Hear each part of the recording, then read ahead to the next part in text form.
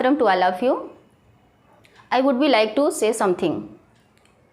If you have not subscribed my channel yet, so please do it and press the bell icon so that you can get the notifications of the new videos. इन्हीं शब्दों के साथ मैं आपको एक चीज़ और बोलना चाहती हूँ, जो हमेशा बोलती हूँ, जो आपको आगे बढ़ने के लिए आपको कोई न कोई राह दिखाता जाएगा। तो उसको आप ध्यानपूर्वक समझेंगे और अपने आप को आगे बढ़ाने का प्रयास करते रहेंगे। As you know, always I to say that truth with your self strength leads you to high। यानी कि आपका आत्मबल सच्चाई के साथ यदि आगे बढ़ाने का प्रयास करेंगे तो सफलता एक दिन आपके चरणों को जरूर चूमेगी। इन्हीं शब्दों के साथ आपका एक छोटा छोटा सा प्रयास आपको आगे बढ़ाने का प्रयास करता जाएगा और आप बढ़ते जाएंगे। तो पिछले पार्ट में या पिछले वीडियोस में हम चल रहे थे केस के बारे में, आपको हमने बताया था, उसके बारे में कुछ डिस्कशन करके हमने उसका बेसिक ग्रामर का नॉलेज दिया था। उसी केस का आगे का पार्ट हम लेके चल रहे हैं। तो हमारा नॉमिनेटिव केस और उसके फॉर्म्स हो चुके थे। अब है हमारा अब केस के ही अंतर्गत ऑब्जेक्टिव केस। तो हमें क्या पढ़ना है? ऑब्जेक्टिव केस को पढ़ना है और इसके फॉर्म्स को पढ़ना है।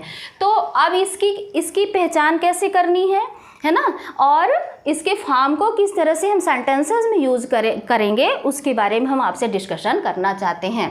तो ऑब्जेक्टिव केस मतलब कर्म कारक, यानी जिसमें कर्म की प्रधानता होती है। कर्म की प्रधानता कैसे होती है वो चीज़ एक एग्जाम्पल लिख करके हम दे देते हैं।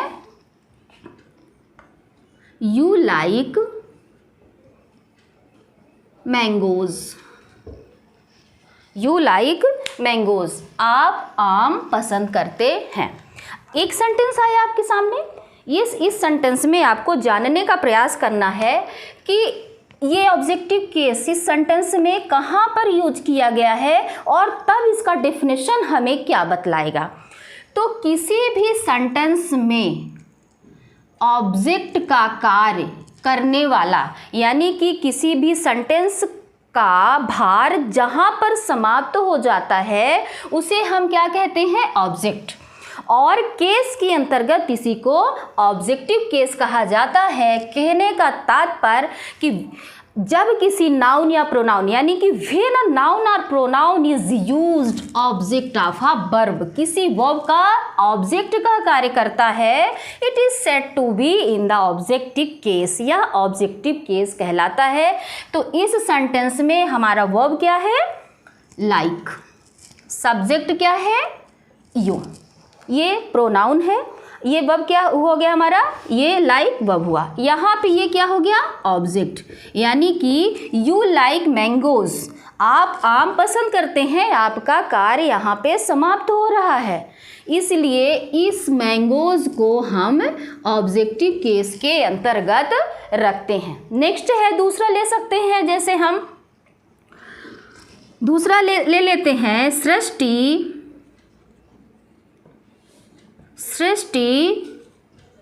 फॉलोज मी। ओके, ये हमारा एक सेंटेंस हुआ। ये हमारा क्या हो गया? यहाँ पे हम देखेंगे ये चीज़ हमारा हुआ सेंटेंस का ये सब्जेक्ट हुआ, यानी कि नॉमिनेटिव केस हुआ। यहाँ फॉलोव्स जो लगा हुआ है ये वर्ब का काम कर रहा है, और मी यहाँ नाउन अथवा प्रोनाउन का ऑब्जेक्ट के रूप में आया है, इसलिए इसे हम ऑब्जेक्टिव केस के अंतर्गत इसका यूज हम पहचान करते हैं। यानी कि ये मी हमें किसका आइडेंटिफाई करा रहा है? ऑब्जेक्टिव केस का। इसको एक छोटे से एग्जाम्पल या चार्ट के रूप में हम प्रस्तुत कर रहे हैं कि किसी भी सेंटेंस में क्या होता है हमारा? नाउन अथवा प्रोनाउन, फिर आगे जाकर के उसका जो ऑब्जेक्टिव केस होता है उस ऑब्जेक्टिव केस में ऑब्जेक्ट ऑफ अ वर्ब का प्रयोग किया जाता है। Next, action done on. तो एक्शन डन ऑन नाउन और प्रोनाउन, नाउन अथवा प्रोनाउन के द्वारा एक्शन किया जाता है, उसे क्या कहते हैं? Objective case. नाउन अथवा प्रोनाउन के द्वारा जो भी वर्क कर लिया जाता है उसे हम क्या कहते हैं? उसे हम कहते हैं, जैसे she like to eat burgers. ठीक, she like to eat burgers, ठीक है ना। तो जब ये शी, यहाँ पे अब देखेंगे एक्शन, नाउन अथवा प्रोनाउन के द्वारा एक्शन किया गया, तो खाना पसंद, ये क्या किया गया है, ये हमारा एक्शन डन ऑन, यानी कि यहाँ पे हमारा कार्य किया गया है, और कार्य किस पे खत्म कर दिया गया है, बर्गर सर। तो ये कौन कर रहा है, यहाँ पे हमारा नाउन अथवा प्रोनाउन, यानी कि यहाँ पे सब्जेक्ट का काम प्रोनाउन के रूप में ये शी कर रहा है। तो आपको इस सेंटेंस के द्वारा, इस चार्ट के द्वारा और इस चार्ट के द्वारा और इस आपके डेफिनेशन के द्वारा ये पूरा का पूरा ऑब्जेक्टिव केस समझ में आ गया होगा। आगे हम चलते हैं, इसके फॉर्म्स को बताएंगे, इसके फॉर्म्स को किस तरह से यूज करते हैं वो आगे चल के हम बताते हैं। जो इस प्रकार से है, आपको ऑब्जेक्टिव केस का डेफिनेशन विथ एग्जाम्पल बता दिया है। अब इसके फॉर्म की हम चर्चा करेंगे। इसका फॉर्म हमने पिछले पार्ट में बताया था कि इसके 6-7 पार्ट होते हैं, तो कुछ पार्ट्स हम इसमें आपको बताने का प्रयास कर रहे हैं जिसे आप देखेंगे। तो अब इसका पहला पार्ट है, ऑब्जेक्टिव केस का पहला पार्ट हमारा इनडायरेक्ट ऑब्जेक्ट अथवा डेटिव केस। डेटिव केस का नाम कहीं कहीं इसको अलग रूप से दिखाया जाता है, पर हम आपको ऐसी चीज़ बताने का प्रयास कर रहे हैं कि कौन सा किसके अंतर्गत आता, कोई भी कंफ्यूजन आपको ना हो कि हम डेटिव को किसके अंतर्गत जाने या एक्सक्यूजेटिव को किसके अंतर्गत जाने। इन सब चीज़ों को जानने के लिए आपको यहाँ पे एक सरल सा तरीका यहाँ हमने प्रस्तुत किया है, जिसको आप देखते जाएंगे। तो indirect object means dative case. अब डेटिव केस क्या होता है, इनडायरेक्ट ऑब्जेक्ट क्या कहलाता है, उसको हम जानेंगे। तो ये कब आता है, आफ्टर वर्ब्स एनी पर्सन, यानी कि किसी भी क्रिया के बाद जब कोई व्यक्ति आए, किसी क्रिया के बाद जब कोई व्यक्ति आए। जैसे आई गेव विभा आकार, ठीक है, इसको आप ध्यान देंगे, आकार क्या है, यहाँ पे ऑब्जेक्ट है, आकार यहाँ पे क्या है, ऑब्जेक्ट है। लेकिन वहाँ उसके पहले ये कोई व्यक्ति आ रहा, विभा नाम की कोई लड़की है जो इस कार्य के पहले आ रही। आई गेव विभा आकार, ये हमारा हुआ ऑब्जेक्टिव केस। बट उसके पहले क्या आ रहा है, कोई व्यक्ति आ रहा है, इसलिए यहाँ पे ये इनडायरेक्ट केस के अंतर्गत आ रहा आपका, जिसे हम डेटिव केस कहते हैं। इनडायरेक्ट आपको समझ में आ गया होगा। इसी का सेम दूसरा है हमारा डायरेक्ट ऑब्जेक्ट, इसी को एक्यूजेटिव केस कहते हैं। दूसरा इसका नाम होता है एक्यूजेटिव केस। आपने सुना होगा, आपके एग्जाम में ये भी इस तरह के आते रहते हैं जिसमें आपको पहचान करनी होती है। तो अब इसको एक एग्जाम्पल के द्वारा हम इसको और समझाने का प्रयास करेंगे। अभी तक आपने क्या देखा कि ये इनडायरेक्ट ऑब्जेक्ट जो हमारा आ रहा था, तो किसी क्रिया के बाद में क्या आ रहा था, कोई पर्सन आ रहा था। लेकिन इस इनडायरेक्ट में क्या आ रहा है, किसी क्रिया के बाद कोई वस्तु आ रही है।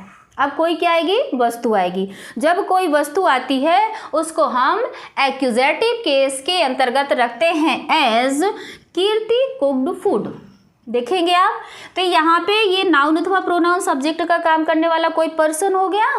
अब इसमें देखेंगे कि क्रिया के बाद ये हमारा कुक्ड क्या हुआ, हमारा ये क्रिया हुआ, ये क्या कुक्ड हुआ, वर्ब। अब यहाँ पे ये जो फूड लगा हुआ है, ये किसका काम कर रहा है, हमारे ऑब्जेक्ट का, ये काम कर रहा है ऑब्जेक्ट का। लेकिन इस सेंटेंस में ध्यान देना है कि आया क्या है, फूड क्या है हमारा यहाँ पे, ये नॉन लिविंग थिंग, यानी कि थिंग है, कोई क्या है, ये वस्तु है, ये क्या है, वस्तु है। तो इस वस्तु होने के कारण ही यह एक्यूजेटिव केस के अंतर्गत आ रहा है। ये आपको अच्छी तरह से समझ में आ गया होगा। नेक्स्ट तीसरा हमारा है, जो इसका फॉर्म तीसरा है वो कॉग्नेट ऑब्जेक्ट है। अब कॉग्नेट ऑब्जेक्ट क्या होता है, सिर्फ इसके रूल के आधार पर हम चलते हैं। Been and subject is in of its own form. जब कोई भी सब्जेक्ट ऑब्जेक्ट किसी क्रिया के अपने ही फॉर्म से बनाई जाती है, अपने ही फॉर्म से बनने वाली क्रिया, जैसे सी सिंग्स अ सॉन्ग, इस तरह की, जैसे सिंग माने गाना, सॉन्ग यानी गीत, गाती है, तो उसी क्रिया के आधार पर बनाया जाता है। उसको हम किस ऑब्जेक्ट के अंतर्गत रखते हैं? उसको रखते हैं कॉग्नेट ऑब्जेक्ट के अंतर्गत। As he fought a fight, ये क्या हो गया? फाइट यानी हुआ, लड़ाई हुआ, और फॉट यानी लड़ा भी, वह लड़ा, एक युद्ध लड़ा या लड़ाई किया, फाइट किया, दो लोगों की फाइटिंग। तो ये फॉट किससे बना है? फाइट से, है ना। तो इसी से बिलोंगिंग है यह हमारा।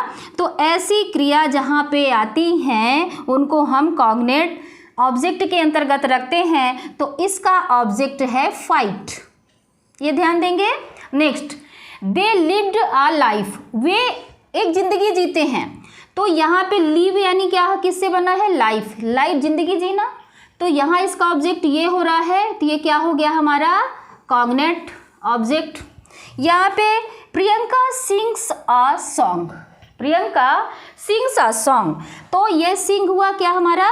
ये हुआ वर्ब। अब इससे संबंधित ये क्या हो गया हमारा? ऑब्जेक्ट का काम करने वाला ये वर्ब, कर्म हुआ जो हमारा ऑब्जेक्ट है, इसी को हम कहेंगे कॉग्नेट ऑब्जेक्ट। इसके इतने आपको भाग समझ में आ गए होंगे। मैं आशा करती हूँ कि आपको ये पार्ट अच्छी तरह से समझ में आ गया होगा। एक क्वेश्चन मैं पूछती हूँ, उस क्वेश्चन का समय आ गया है, उस क्वेश्चन को बताना है, आपको पहचान करना है कि इसमें से कौन सा पार्ट किसका है। तो ये क्वेश्चन आप ध्यान से सुनेंगे, उसमें आपको पहचान करनी है कि कौन सा ऑब्जेक्टिव केस है। ये क्वेश्चन देखेंगे आप, मोहन सेल्स अ कार, इसमें आपको पहचान करना है कि कौन सा फॉर्म है, ऑब्जेक्टिव केस का कौन सा फॉर्म है। क्वेश्चन सुन लेंगे आप, ऑब्जेक्टिव केस का कौन सा फॉर्म है उसका नाम लिखना है। इसमें से आपको नाम लिखना है, यानी कि फॉर्म की पहचान करनी है। ये वीडियो देखने के लिए आपको बहुत बहुत धन्यवाद। Thank you so much.